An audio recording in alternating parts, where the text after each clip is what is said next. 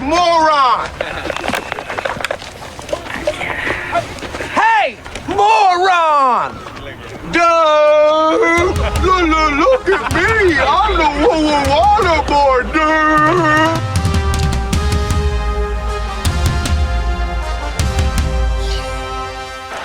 Well, good morning, good people. It's game day morning, and it's Mark Holmes with my buddy Cowboy Joe Boo, as well as Joe Bear.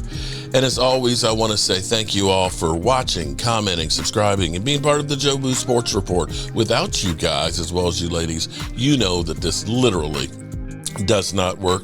Let's get open for business here. Let's wake up the football gods. It's football for Sunday, guys. It's Cowboys versus Washington, and it's bad. It is really, really bad here.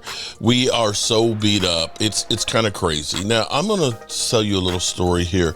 You know, yesterday was a very busy day. I didn't have my members chat. I apologize. I was on the road, and I picked up my nephew and things, who's going to be with us for Thanksgiving and so on. Had to get a store. I'm actually making some ribs. I haven't smoked anything this season, but we're taking on the hog, so we got to have some pork ribs. We got to have some ribs. I know that nothing I do is going to change the narrative. I literally laid there in bed this morning, and I said, I got to get up, honey. She said, why? I said, I got to go out and smoke some ribs. She's like, why are you cooking ribs? I said, because we're playing the Hogs, the Washington Commanders. She said, I thought you stopped doing that. I said, yeah, well, I realize there's nothing that I can do to help the team. I said, but at least we can eat good. And she's like, oh, you finally realized that you have no impact on them. I said, well, contrary to some people's belief, some people think I'm the reason why they lose because they're just looking for any excuse that they can come up with. It's been a long season and it hurts. But yesterday, I was talking to a person that's a Commanders fan, and he said, Dak sure knows when to get hurt because he knew the team was going down. And I really wanted to say, fuck you and the horse you came on. Dude literally had his hamstring ripped off the bone. Mind you, you're sitting there saying Dak sure knew when to get hurt. How about Micah Parsons, who got hurt in week 4, which was before Dak Prescott? How about Brandon Cooks, who literally has 9 catches before his knee gave out? How about Deron Bland, who is just getting started today? Literally, is that how low some of y'all literally think, well, I'm going to take this paycheck, and you know what? I'm going to go ahead and I'm going to fake getting my hamstring. And you know what? For good measure, I'm going to go ahead and have surgery on it to make sure it looks like I can sit this one out. Come on, man. Some of this shit that you guys do is just freaking insane.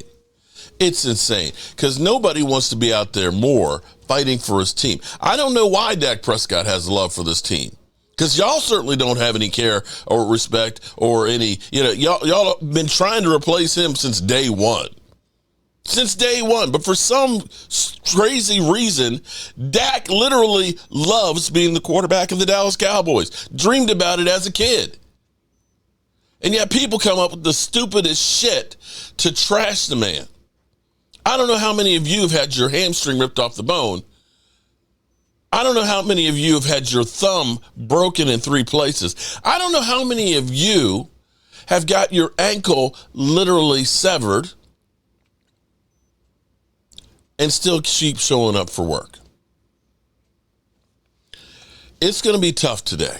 It's going to be really tough sledding because we got, of course, even more bad news last night that Diggs is out. He didn't even travel with the team. Zach Martin, he's out. Didn't travel with the team. Jake Ferguson, not Jake, maybe we can get Jake from State Farm because we're running out of people to play. Jake is still in concussions protocol, and we have a short week because we play again on Thursday against the Giants.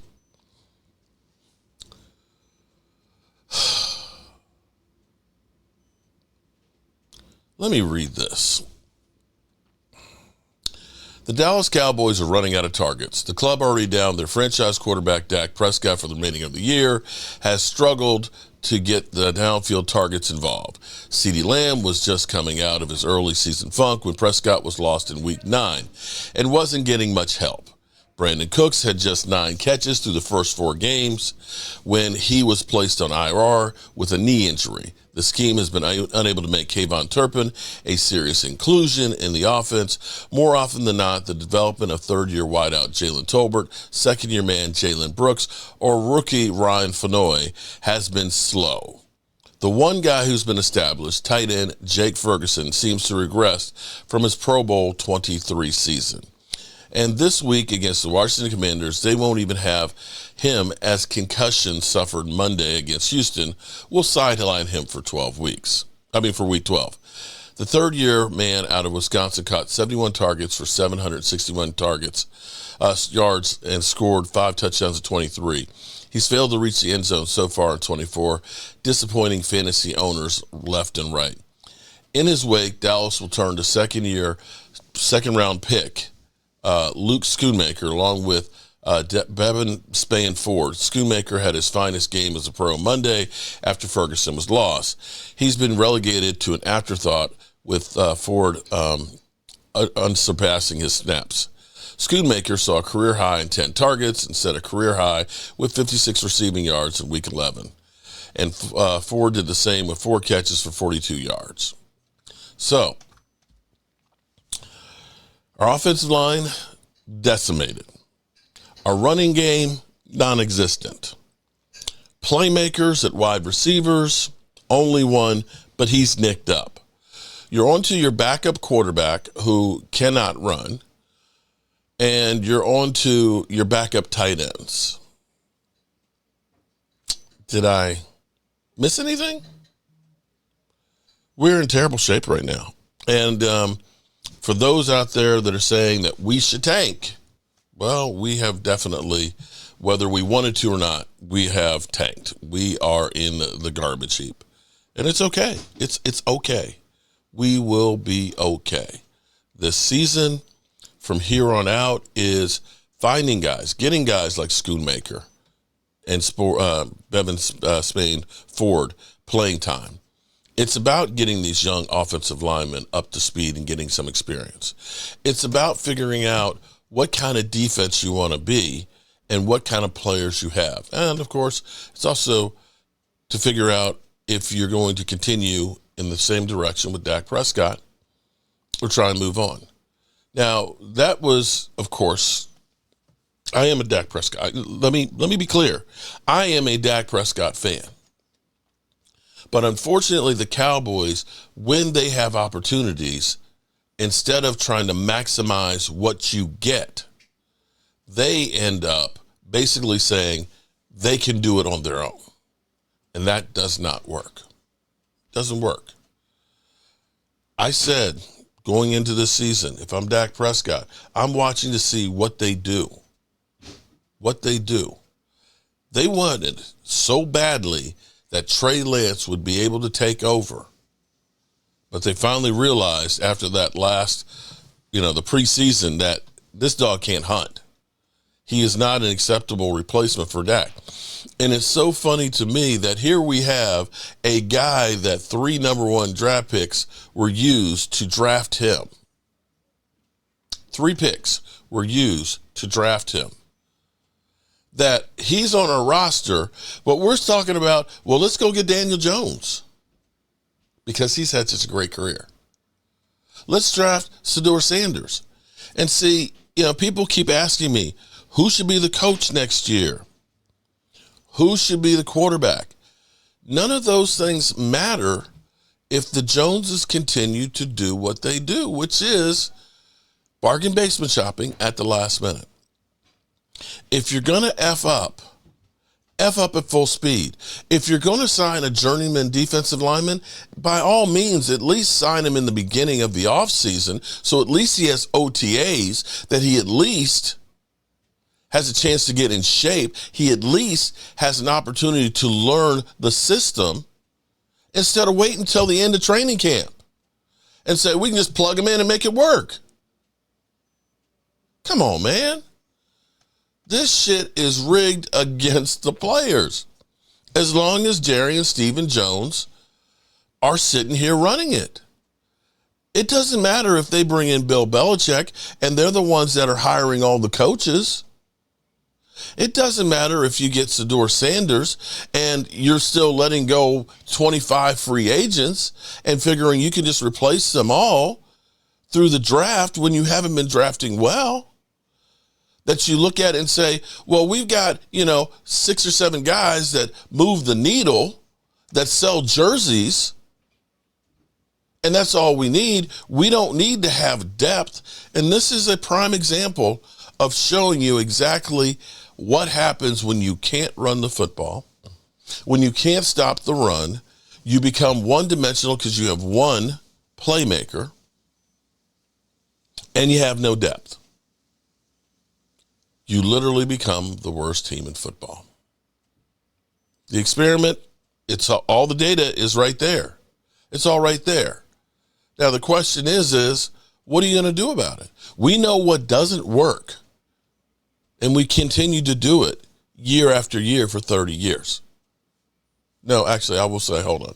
I will say when Bill Belichick came here, they actually went out and they got free agents. They got Terry Glenn. They got T.O. out there and things.